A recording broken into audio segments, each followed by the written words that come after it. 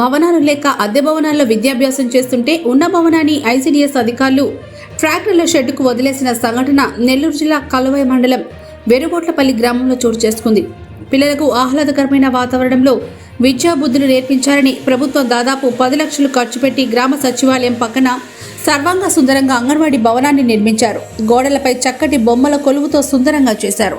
4 సంవత్సరాల నుంచి పిల్లలు ఆ భవనంలో చక్కగా చదువుకుంటున్నారు. అయితే ఇక్కడ పనిచేసే కార్యకర్త ఆయా సౌలభ్యం కోసం చక్కటి భవనాన్ని వదిలేసి పాఠశాల భవనంలోకి వెళ్లారు. అందంగా నిర్మించిన అంగన్వాడీ భవనంను వదిలేసి వెళ్లడం పట్ల పలు అనుమానాలకు తావిస్తోంది.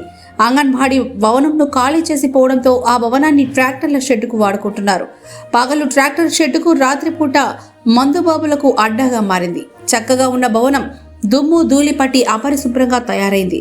అంగన్వాడీ భవనాన్ని ఖాళీ చేసి వెళ్లిన ఇక్కడ పనిచేసే సూపర్వైజర్ సైతం మౌనం వహిస్తున్నారు. అంగన్వాడీ భవనాన్ని వదిలేసి సమీపంలోని ప్రభుత్వ పాఠశాలల్లో పై అంతస్తులో పిల్లలుంచారు. తెలిసి తెలియని వయసు పిల్లలు ఆటలాడుకునే సమయంలో అదుపు తప్పితే ప్రమాదం జరిగే అవకాశం ఎక్కువగా ఉంది.